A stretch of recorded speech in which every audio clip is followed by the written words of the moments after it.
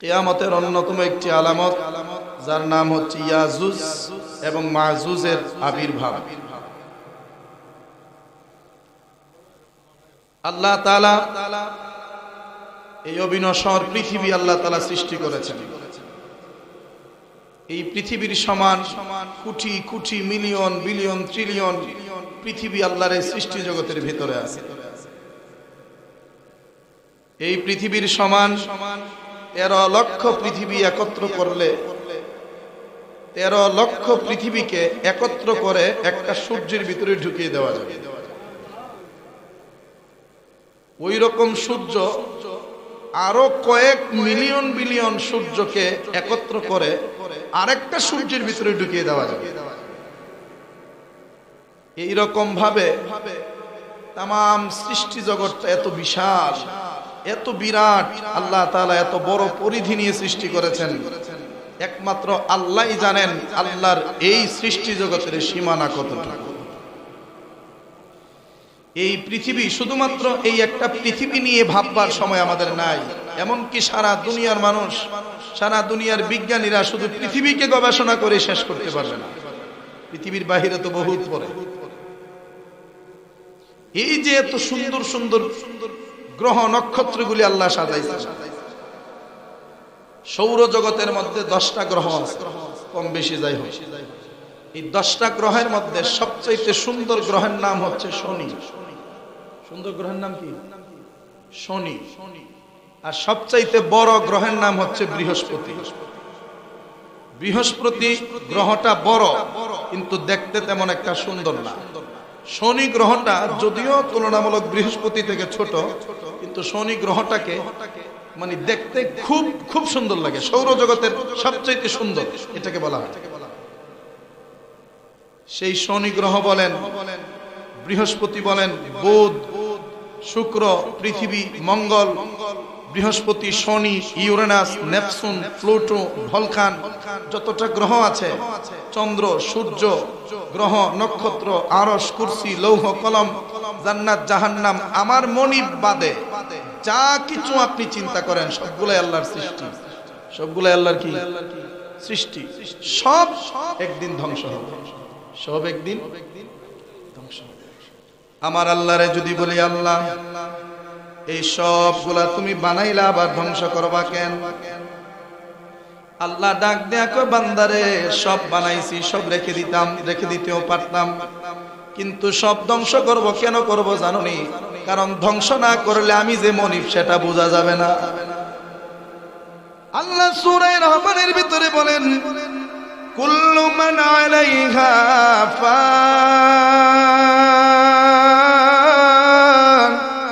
ওয়া ইয়াবকা ওয়াজহু রাব্বিকা যুল জালালি ওয়াল ইকরাম।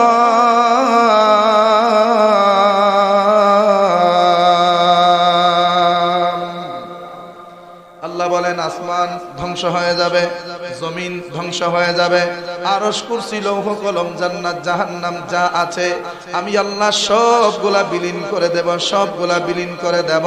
তবে ওয়ায়াবাকা, শুধুমাত্র বাকি থাকবে, কে থাকবে জানোনি? যুল জালালি ওয়াল ইকরাম, একমাত্র আমার মনিব ব্যতীত আল্লাহর সমস্ত সৃষ্টি জগৎকে আল্লাহ ধ্বংস করে দিবেন। একমাত্র থাকবেন কে? আমার আল্লাহ। আল্লাহ বলেন, আমি থেকে সব ধ্বংস করে দেব।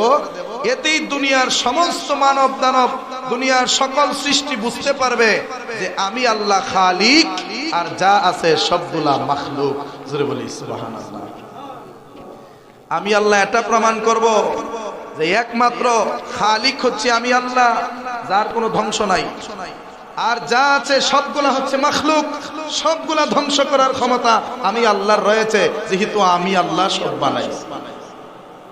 তবে এমনিতে হঠাৎ করে আসমান ভেঙে জমিনে পড়ে যাবে না। গত জুমার দিন না এর আগের জুমার আগে একটু দুরূদ শরীফ পড়েন। আল্লাহুম্মা সাল্লি, পশ্চিমের অভাব,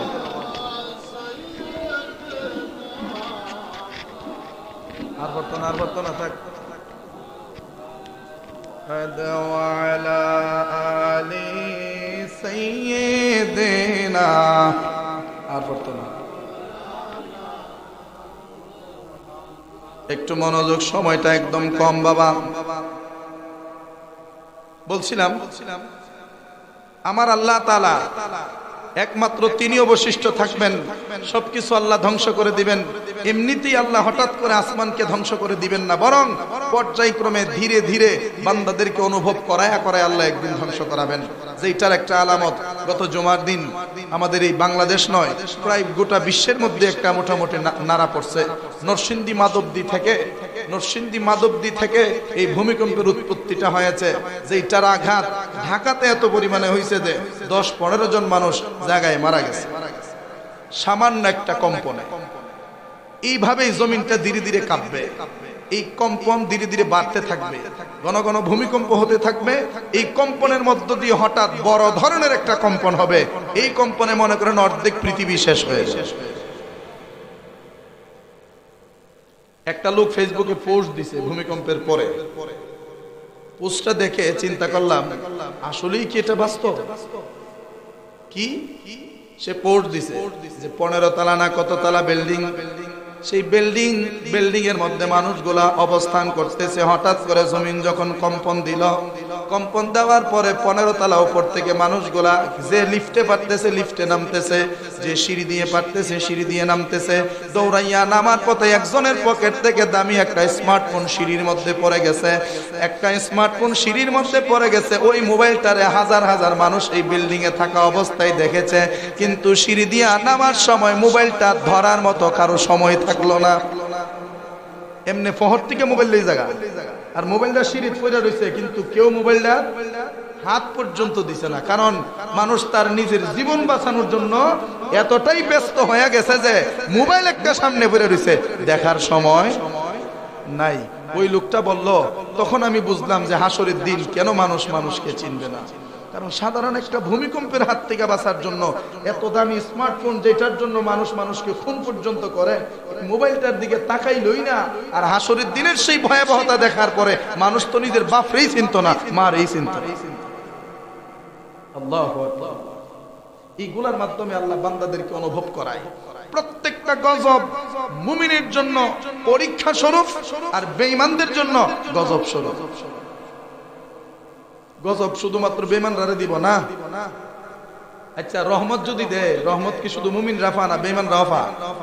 বেঈমান রাফা, মুমিন রাফা। গজব দিলেও মুমিন রাফা, বেঈমানরা ফা। আল্লাহ গজব কিন্তু আলাদা আলাদা করে দেয় না, রহমতও আলাদা আলাদা করে দেয় না। আল্লাহ সবার উপরে রহমত দেয়, আল্লাহ সবার উপরে গজব দেয়। ওই গজবটা যদি মুমিনের উপরে পড়ে, মুমিন সেটাকে পরীক্ষা হিসেবে নিবে নিজের মধ্যে এবং ধৈর্য ধারণ করবে।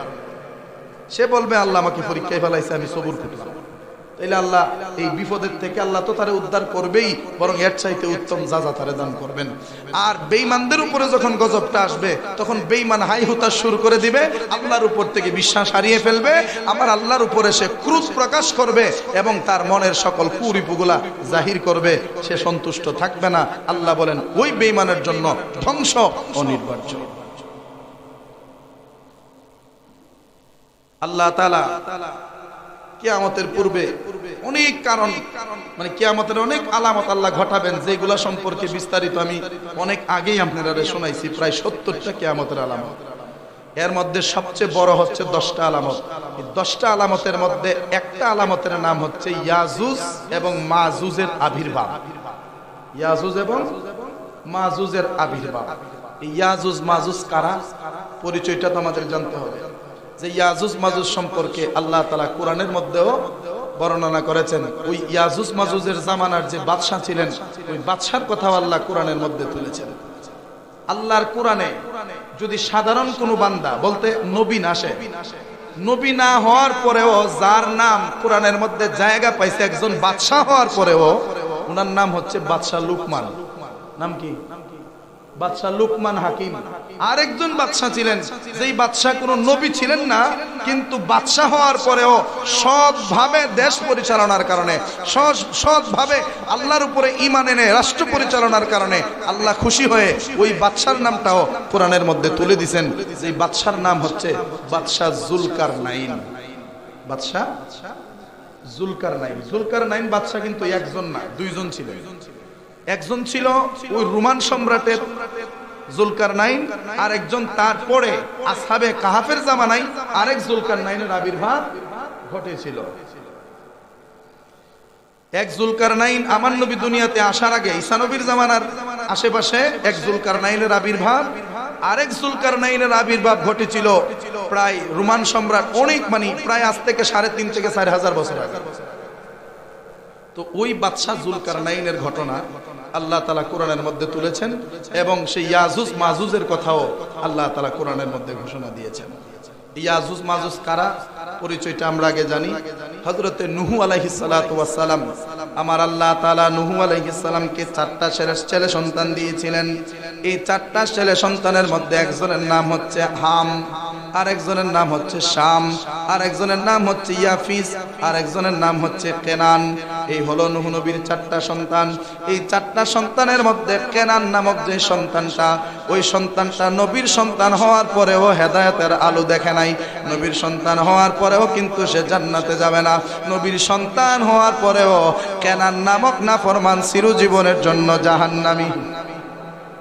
এখান থেকে একটা জিনিস বুঝেন যে বাপ যত বড় আল্লাহওয়ালা হোক না কেন, বাপ যত বড় বুজুর্গই হোক না কেন, সন্তানের যদি নিজস্ব বুজুর্গ না থাকে তাহলে বাপ মার কারণে সন্তান বেহেশতে যেতে পারবে না। যদি সন্তান বাপ মার দেখানো পথেই চলে তাহলে বাপ মার কারণে সন্তানও বেহেশতে যাবে। কথা ঠিক কিনা? এখন ধরেন আমার বাবা একজন পীর সাহেব, আমার বাবা একজন বুজুর্গ, আমার বাবা একজন আল্লাহওয়ালা মানুষ, কিন্তু বাপের যেই পথ, বাপের যেই মত, বাপের যেই চলার রাস্তা, এই রাস্তার দ্বারে দাও আমি গেছি না, এখন আমি ওলির আওলাদ হিসাবে বেহেশত যামুগা না? তো আমি যদি আমার বাবার দেখানো পথে চলি, আমি যদি ওনার আদর্শকে নিজের মধ্যে লালন করে আমি ওনার পথে হাঁটতে থাকি, তাহলে উনি যেখানে থাকবে আমিও সেখানে থাকবো। ওই কেনান নামক ছেলে নূহ নবীর কথা না মাইনা নূহ নবীর বিরুদ্ধে গিয়ে উল্টো নূহ নবীর শত্রু হিসেবে পরিণত হলো, নূহ নবীর সাথে নাফরমানি শুরু করে দিল। নূহ নবী বদদুয়া করলেন, আল্লাহ সব ধ্বংস করে দিল। ওই বদদুয়ার কারণে ওই গজবের মধ্যে পড়ে নিজের সন্তান কেনান পর্যন্ত ধ্বংস হয়ে গেল। ওই নূহ নবীর সন্তানের মধ্যে 3 নাম্বার যে সন্তান, আম, শাম, ইয়াফিস, কেনান, এই যে 3 নাম্বার যে সন্তানটার নাম হলো ইয়াফিস। ওই ইয়াফিসের বংশধরের নাম হচ্ছে ইয়াজুজ মাজুজ। ইয়াফিসের বংশধর মানে ইয়াজুজ মাজুজ কোন নবীর বংশধর? হযরতে নূহ আলাইহিস সালামের বংশধর। বাদশা জুলকারনাইন যিনি ছিলেন এমন বাদশাহ, যেই বাদশাহ পৃথিবীর পূর্ব প্রান্ত থেকে পশ্চিম প্রান্ত পর্যন্ত তিনি ভ্রমণ করতেন, এবং প্রত্যেকটা মহল্লা, প্রত্যেকটা দেশ, প্রত্যেকটা বাড়ি তিনি ঘুরে ঘুরে দেখতেন। আল্লাহ তাআলা ওনাকে এত ক্ষমতা দিয়েছিলেন যে যিনি পুরো পৃথিবীটাই শাসন করতেন। বাদশা জুলকারনাইন পৃথিবীর পশ্চিম প্রান্তে গেলেন। পৃথিবীর পশ্চিম প্রান্তে যাইয়া বাদশা জুলকারনাইন মানুষদের অবস্থা দেখে আসলেন, তাদেরকে ভালো নসিহত করে আসলেন, তাদের দেখাশোনা করে তিনি যখন পৃথিবীর পূর্ব প্রান্তের দিকে যাওয়া শুরু করে দিলেন, পৃথিবীর পূর্ব প্রান্তে এমন একটা জায়গা, যেই জায়গাটা পৃথিবীর পূর্ব মধ্য অঞ্চল, পৃথিবীর পূর্ব মধ্য অঞ্চল, এইরকম একটা অঞ্চলে হযরতে বাদশা জুলকারনাইন যাওয়ার পরে ওই এলাকার মানুষগুলি ডাক দেয়া কয়, বাদশা গো, আপনি তো গোটা পৃথিবীটাই ভ্রমণ করেন, আপনি তো সমস্ত মানুষদের দুঃখ দুর্দশা দূর করেন, আমরা মস্ত বড় মুসিবতের মধ্যে আছি, আমরা মস্ত বড় বিপদের মধ্যে আছি। কারণ আমাদের দেশে এমন একটা জাতি আছে, যেই জাতি এতটাই অশৃঙ্খল, যেই জাতি এতটাই জালেম, নির্দোষ মানুষগুলিকে তারা মেরে ফেলে, যাকে রাস্তায় পায় তাকে ধরে তারা মেরে ফেলে, অন্যায়ভাবে মানুষদের উপরে আক্রমণ করে, মানুষদের সম্পদ দখল করে, মানুষদের বিবি বাচ্চাকে অপহরণ করে। এই রকম নাফরমানদের যন্ত্রণার কারণে আমরা এই গ্রামের মধ্যে, এই দেশের মধ্যে টিকতে পারতেছি না। আপনি যদি পারেন ওই জালেম দলটার হাত থেকে আপনি দয়া করে আমাদেরকে বাঁচান। বাদশা জুলকারনাইন বললেন, তারা কারা? তাদের কাছে আমাকে নিয়ে চলো। বাদশা জুলকারনাইন যখন ওই গোত্রের কাছে গেলেন, যেই গোত্র মানুষদের উপরে জুলুম করে, জালিম করে, মানে জালিম হয়ে গেছে তারা, ওই গোত্রের কাছে যাওয়ার পরে ওই গোত্রের মানুষগুলার দিকে বাদশা জুলকারনাইন তাকাইলেন, তাকায় বলে, তোমাদেরকে বলতেছি, তোমরা যে জুলুমবাদ শুরু করে দিয়েছ, তোমরা যে বান্দার উপরে জুলুম করা শুরু করে দিয়েছ, আমি তোমাদেরকে নসিহত করতেছি, জুলুম থেকে তোমরা ফিরে আসো। কারণ আমার আল্লাহ তাআলা জুলুমকারীকে পছন্দ করে না। আর জুলুম হলো দুনিয়া এবং কিয়ামতের জন্য অন্ধকার। উনি হেদায়েতের বাণী শোনালেন, কিন্তু কে শুনে কার কথা? ওনার কথাই কেউ কর্ণপাত দিল না, উল্টো উনার উপরে আক্রমণ করার চেষ্টা ওই ইয়াজুজ মাজুজের গোষ্ঠী করতে যখন প্রস্তুত হলো, বাদশাহ জুলকারনাইন বললেন, এই তাড়াতাড়ি লোহা প্রস্তুত করো, সীসা প্রস্তুত করো। জোরে কন্যা সুবহানাল্লাহ। তারা এমন একটা দেশের মধ্যে বাস করতেন, যেই দেশ থেকে আসার শুধুমাত্র একটাই রাস্তা, একটা পাহাড়, দুই দিকে দুইটা পাহাড়, মাঝখানে একটা সুড়ঙ্গ পথ। শুধুমাত্র এই পথেই তারা আসা যাওয়া করে, আর কোনো দিক দিয়ে তারা যাওয়ার কোনো রাস্তা নাই। সব দিকের রাস্তা আল্লাহ তাআলা তাদের জন্য বন্ধ করে দিয়েছেন। একটা রাস্তা খোলা, ওই রাস্তা দিয়েই তারা জনগণের উপর আইসা আক্রমণ করে, জনগণের উপর আইসা তারা হামলা চালায়। বাদশাহ জুলকারনাইন এমন একজন বাদশাহ ছিলেন যে এমনিতেই ওনার নাম কোরআনের ভিতরে আসে নাই। বাদশাহ জুলকারনাইনকে আল্লাহ তাআলা অসংখ্য কারামতের মধ্যে একটা কারামত দিয়েছিলেন, উনি লোহাকে হাত দিয়ে টাচ করলে লোহা গলে যাইত। সুবহানাল্লাহ। উনি লোহাকে হাত দিয়ে টাচ করলে লোহা গলে যাইত। উনি লোহাকে দইরা যেমনে মন চায় তেমনে টিপ্পা টাইপ্পা আকার দিতে পারতেন। সুবহানাল্লাহ। সীসাকে তিনি গলায় ফেলতে পারতেন চোখের ইশারায়। এমন ক্ষমতাবান বাদশাহ। ওই বাদশার সামনে যখন লোহা আনা হলো অথবা সীসা আনা হলো, উনি ওইগুলাকে চোখের পলকের দ্বারা এমন ভাবে তিনি মেরামত করে দিলেন যে মাটির বহুত গহীন পর্যন্ত তিনি খুদে মাটির গহীন পর্যন্ত তিনি দেয়াল তৈরি করে দিলেন। যেই দেয়াল তৈরি করে দেওয়ার কারণে ওই ইয়াজুজ মাজুজের গোষ্ঠীরা আর জনগণের উপরে আক্রমণ করতে পারে না, আর জনগণের কাছে আসার কোনো রাস্তা তাদের নাই। ওইখানেই তারা অবস্থান করতেছে। হযরতে বাদশাহ জুলকারনাইন বলে, এই দেয়াল যতদিন পর্যন্ত ইয়াজুজ মাজুজ ভাঙতে পারবে না, ততদিন পর্যন্ত ইয়াজুজ মাজুজ তোমাদের কাছেও আসতে পারবে না। নিশ্চিন্ত মনে তোমরা বসবাস করতে পারো। আর আমি যেই দেয়াল তৈরি করে দিয়েছি, ওই দেয়াল ভাঙাটাও এত সহজ না। কারণ এই দেয়ালের সাথে শুধু আমি বাদশাহ জুলকারনাইন জড়িত না, এই দেয়াল বানানোর সাথে আমার আল্লাহর কুদরত জড়িত। কারণ আল্লাহর কুদরতেই এই দেয়ালটা নির্মাণ করা হয়েছে। তোমরা নিটান্ডা থাকো, তখন তিনি তাদেরকে শান্তিমতো বসবাস করার অনুমতি দিয়া এই দেয়াল তৈরি করে ইয়াজুজ মাজুজকে আটকায়া দিলেন। ইয়াজুজ মাজুজ সেখানেই বন্দী আছে। বাদশাহ জুলকারনাইন মারা গেল, এই কাহিনী ওই দিক দিয়া শেষ। আর এই দিক দিয়া বাদশাহ জুলকারনাইনের জামানার যে ইয়াজুজ মাজুজ, তারা কি করে প্রতিদিন সকালবেলা হাতুড়ি, বাড়াল, কুদাল, যা আছে সবগুলা লইয়া ওই দেয়ালের কাছে যায়। দেয়ালের কাছে যাইয়া দেয়ালগুলারে ভাঙতে শুরু করে, ভাঙতে চুল পরিমাণ একটা পর্দা থাকার পরে সন্ধ্যা হয়ে যায়। সুবহানাল্লাহ। চুল পরিমাণ একটা পর্দা থাকার পরে সন্ধ্যা হয়ে যায়। তখন তাদের যে সর্দার, ওই সর্দার ডাক দেয়া বলে, আজকের মতো সন্ধ্যা হয়ে গেছে, আজকে আর কাজ করা লাগবে না, চলো চলো চলো, বাকি যতটুকুন আছে আগামীকাল সকালবেলায় আমরা ভেঙে ফেলবো, আগামীকাল সকালবেলায় আমরা ভেঙে ফেলবো। এইভাবেই সর্দার তাদেরকে প্রতিদিন সন্ধ্যাবেলায় ফিরাইয়া নেয়। আবার সকালবেলা আসার পরেই দেখে সারা দিনে যতটুকু তারা মানে খনন করেছিল, ভেঙেছিল, ততটুকুন আবার আল্লাহর কুদরতিভাবে পরিপূর্ণ হয়ে গেছে। সুবহানাল্লাহ। আবার পরিপূর্ণ হয়ে গেছে। আবার সকালবেলা থেকে ভাঙা শুরু করে। চুল পরিমাণ একটা পর্দা থাকতেই সন্ধ্যা হয়ে যায়। আবার বলে আজকে আর হবে না, আগামীকাল আবার আইসা ভাঙবো। আগামীকাল যখন আসে, আইসা দেখে আবারও দেয়াল পরিপূর্ণ হয়ে গেছে। তখন সর্দারে বলে আবার ভাঙা শুরু করো। আবার ভাঙে, সন্ধ্যা হয়, আবার তারা চলে যায়।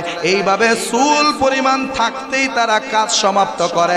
এখনো পর্যন্ত দেয়াল ভাঙার চেষ্টাই তারা আছে। জোরে কন্না আল্লাহু আকবার। এখনো পর্যন্ত দেয়াল ভাঙবার চেষ্টাই তারা আছে, কিন্তু ভাঙতে পারতেছে না। তবে একটা সময় আসবে, ওই দেয়ালটা ভেঙে যাবে। ওই দেওয়ালটা ভাঙার পিছনে তাদের কোনো কারণ থাকবে না, বলতে তাদের কোনো মাহাত্ম্য থাকবে না। ওই দেয়াল ভাঙার পিছনে থাকবে আমার আল্লাহর কুদরত। কিভাবে? ইয়াজুজ মাজুজ প্রতিদিনই ভাঙার চেষ্টা করতেছে, কিন্তু ভাঙতে পারে না, পরিপূর্ণ হয়ে যায়। কিন্তু সর্বশেষ যখন ইয়াজুজ মাজুজ দুনিয়াতে আসার সময় হয়ে যাবে, আল্লাহ তাআলা তাদের ব্রেইনের ভিতরে কথাটা ঢুকায়া দিবেন। সকাল থেকে কাজ করতে করতে সন্ধ্যা যখন হয়ে যাবে, তখন চুল পরিমাণ পর্দাটা থাকতে সর্দারে বলবে যে কাজ আজকের মতো বন্ধ করো, আজকের মতো বন্ধ করো, আগামী কাল থেকে আবার কাজ শুরু করব। আগামী কাল ইনশাআল্লাহ দেওয়াল ভাঙতে আমরা সক্ষম হব। সুবহানাল্লাহ। মানে এরা বাইরেবার আগের দিন পর্যন্ত প্রতিদিন করব সকালবেলা ভাঙুম, কিন্তু একবারও তাদের জবানে ইনশাআল্লাহ বের হবে না। কিন্তু যেই দিন আল্লাহ তাদেরকে বের করার নিয়ত করবেন ওই দিন তারা জবান দিয়া বলবে ইনশাআল্লাহ আগামীকাল এটা ভাঙুমই। ইনশাআল্লাহ কোয়ার পরে সকালবেলা তারা যখন ঘুম থেকে উঠে দেয়ালের কাছে আইবো, বিসমিল্লাহ আঘাত করবো পরি দেয়াল, মানে এই দেয়ালটার পরিপূর্ণ হবে না। ইনশাআল্লাহ বলার কারণে আল্লাহ কয়, এরা কইছে আল্লাহ যদি চায় তাহলে আমরা আগামীকাল দেয়াল ভাঙবো, ভরসাটা আমার উপরে দিছে, যদি ভাঙতে না পারে কলঙ্ক আমি আল্লাহ। আর এই দিক দিয়ে তারাও তো দুনিয়াতে যাইবার একটা সময় হয়ে গেছে। তারা এতদিন পর্যন্ত বন্দী থাকার পরে হঠাৎ করে যখন তারা দেয়াল ভাঙতে পারবে, জেলখানার ভিতরে মানুষ যখন থাকে, জেলখানা থেকে ছাড়া পাইলে মানুষের অবস্থাটা কেমন হয়?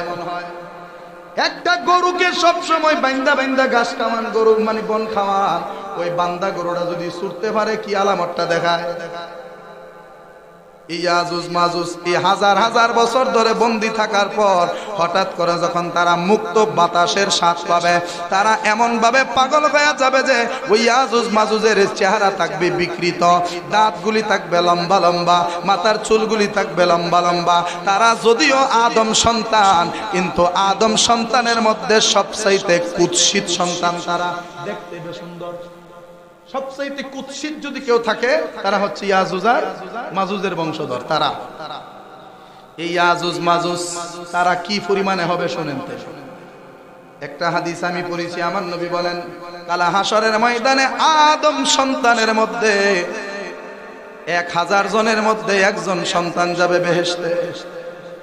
সুবহানাল্লাহ।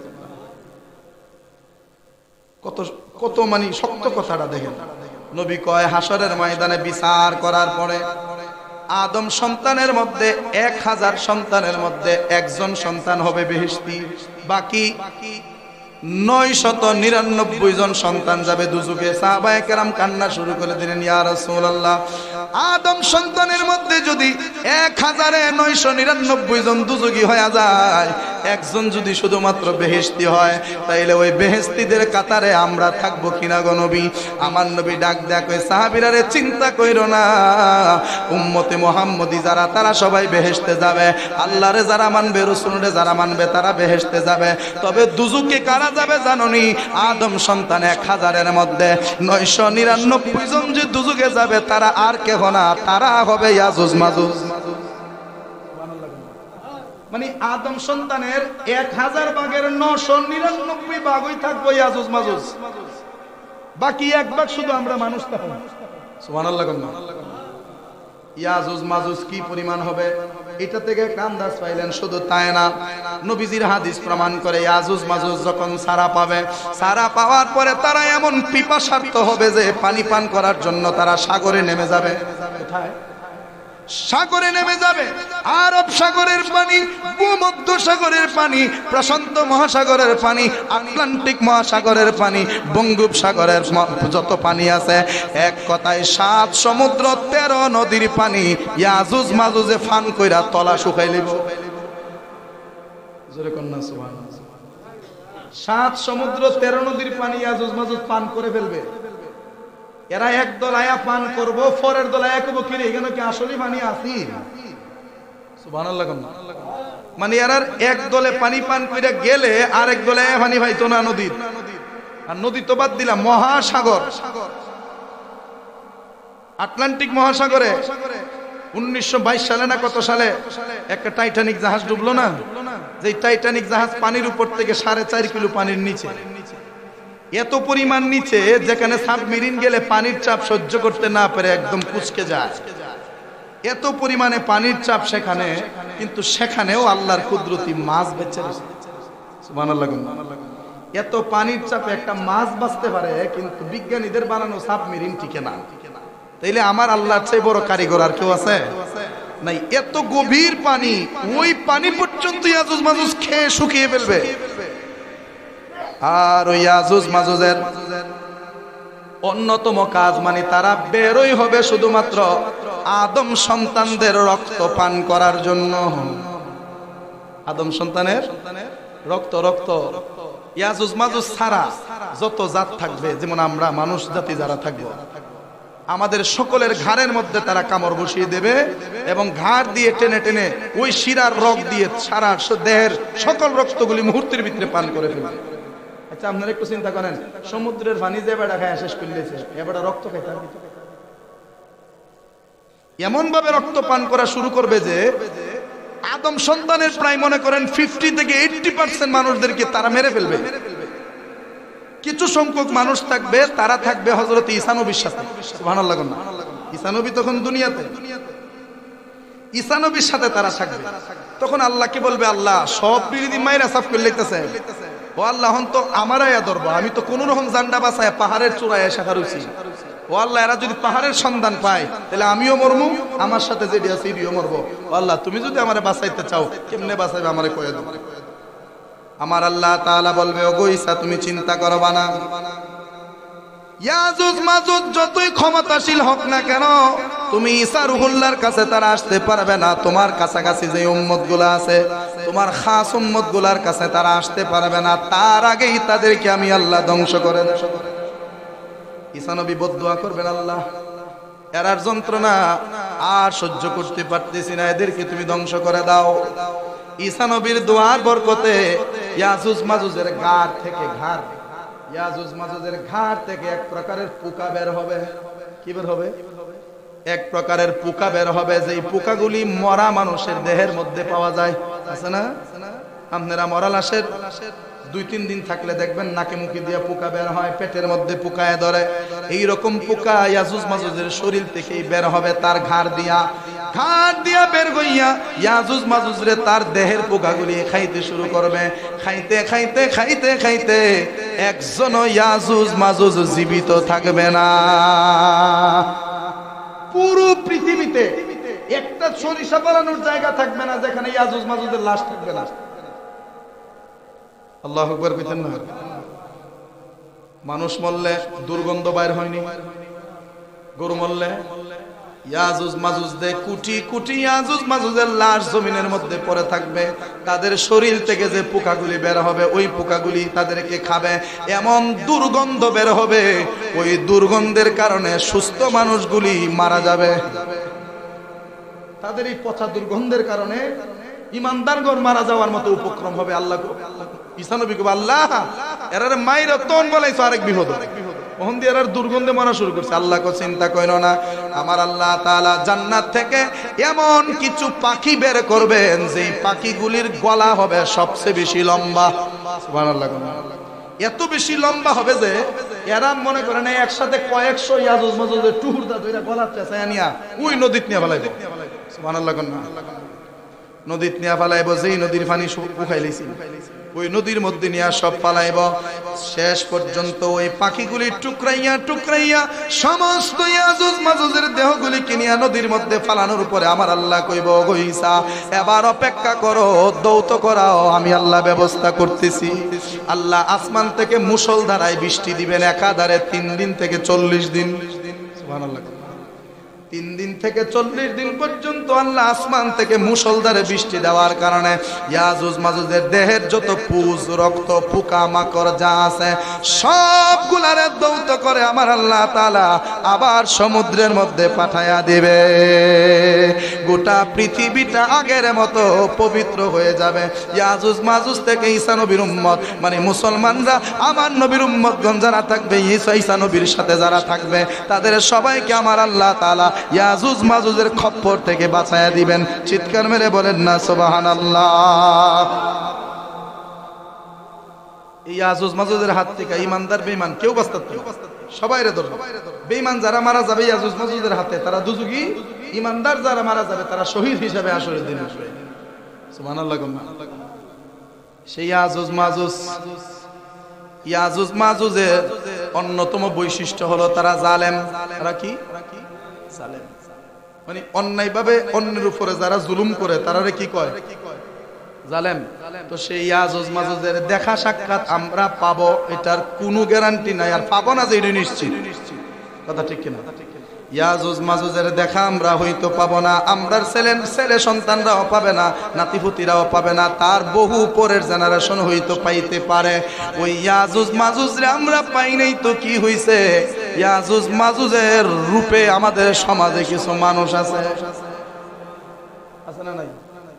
ইয়াজুজ মাজুজের এক নাম্বার কাম কি? তারা মানুষের রক্ত খাইব।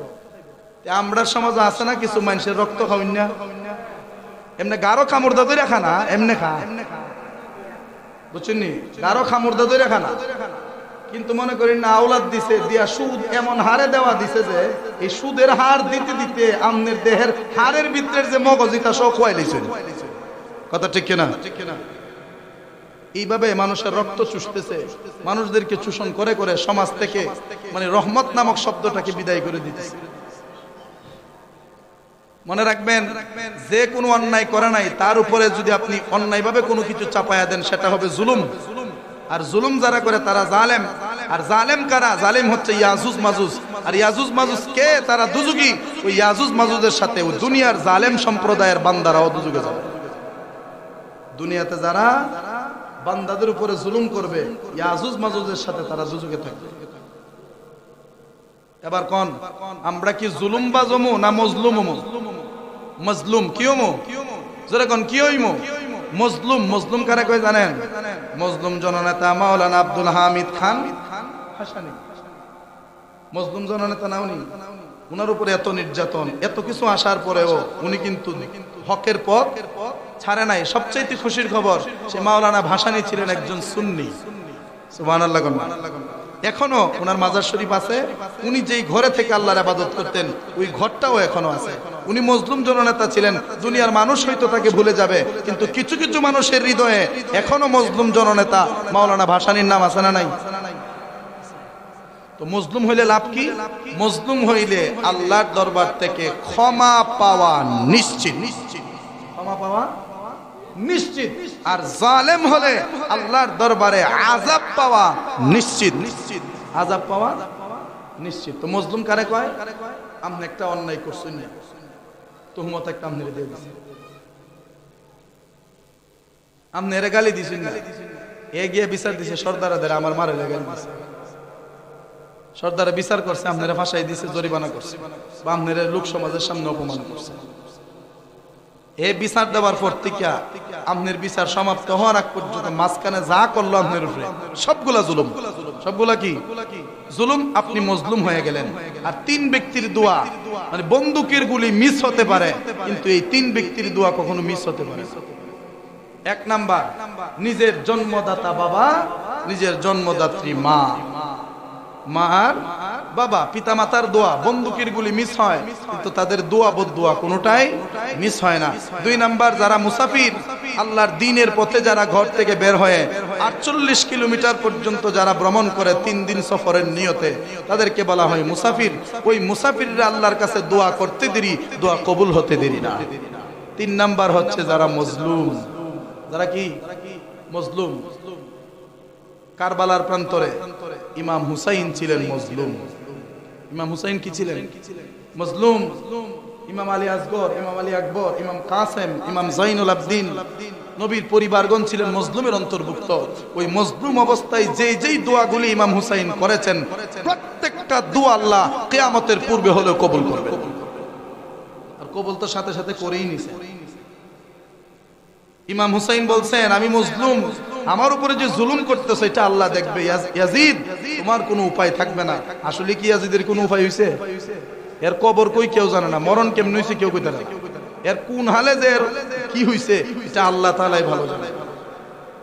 এই জন্য মজলুম অবস্থায় প্রত্যেকটা দোয়া আল্লাহর কাছে কবুল হয়। মনে রাখবেন যে কোনো দেশের সরকার যদি জনগণের উপরে জুলুম করে, তাহলে দেশের প্রত্যেকটা জনগণ মজলুম। দেশের প্রত্যেকটা জনগণ মজলুম। যেমন ভারত সরকার কি হিন্দুরারে বেশি প্রায়োরিটি দেয় না মুসলমানরে? হিন্দুরারে দেয়। কিন্তু বাংলাদেশ সরকার কি শুধু মুসলমানরে দেয় না হিন্দুরারও দেয়? হিন্দুরারে বেশি দেয়। কথা ঠিক কিনা? হিন্দুরারে বেশি দেয়। কেমনে দেয়? এরা দুর্গা পূজার সময় আমরা ওয়াজ মাহফিল বন্ধ করে দেয়, তাহলে প্রায়োরিটি এরা বেশি দিল না? বেশি দেয়। বেশি দেওয়ার পরেও দেখা যায় এরা খুশি না। কিন্তু ভারতের প্রত্যেকটা মুসলিম হচ্ছে মজলুম। প্রত্যেকটা মুসলিম কি মজলুম, কারণ ভারতে গরু জবাই করা নিষিদ্ধ। ভারতে গরু জবাই করা নিষিদ্ধ, এখনো পর্যন্ত এই আইন আছে। ভারতে গরু মানে গো বস্তু, গো জিনিস যেগুলা তারা পূজা করে, এরকম গরু ছাগল এইগুলা, এই সমস্ত জিনিসগুলা কুরবানি করা আইনত অপরাধ, আইনত অপরাধ। এই জন্য মুসলমান কুরবানির সময় যে কুরবানি করে খুবই সতর্কতার সাথে, খুবই গোপনীয় ভাবে, কারণ দেশের আইন যাই হোক না কেন, দেশের আইনের চাইতে আমার আল্লাহর আইন দান। কথা ঠিক কিনা? তো তারা হচ্ছে মজলুম। ওই ভারত, কাশ্মীর বলেন, লেবানন বলেন, ফিলিস্তিনের মুসলমানের কথা তো কয়া লাভই নাই। ফিলিস্তিনের মুসলমান মজলুমদের মধ্যে 1 নম্বরে আছে। কথা ঠিক কিনা? এই ফিলিস্তিন মুসলিম ভাইদের দোয়া একদিন না একদিন আমার আল্লাহ তাআলা কবুল করবেই, ফিলিস্তিন বিজয় হবেই। সালাউদ্দিন আইয়ুবীর মতো আরেক দ্বিতীয় সালাউদ্দিন আইয়ুবীর মাধ্যমে ফিলিস্তিনের সেই বাইতুল মুকাদ্দাসে কালেমার পতাকা পথ পথ করে উঠবে। কথা বলেন ঠিক কিনা? আল্লাহ যেন সকল মুসলিমদের পক্ষে দোয়াকে কবুল করেন, সকলে পড়ি আমিন। যত জালেম বাজ আছেন, জালেম শাসক বলেন, জালিম সরকার বলেন, জালিম এমপি বলেন, জালিম মন্ত্রী বলেন, জালিম চেয়ারম্যান বলেন, সমাজের জালিম সর্দার বলেন, সকল জালিম বান্দাদেরকে আল্লাহ তাআলা যেন হেদায়েত করে, তাদের কবল থেকে আল্লাহ সাধারণ মজলুম মুসলমানদেরকে যেন হেফাজত করে, সকলে পড়ি আমিন। ওয়া মা আলাইনা ইল্লাল বালাগ। আসসালামু আলাইকুম ওয়া রাহমাতুল্লাহি ওয়া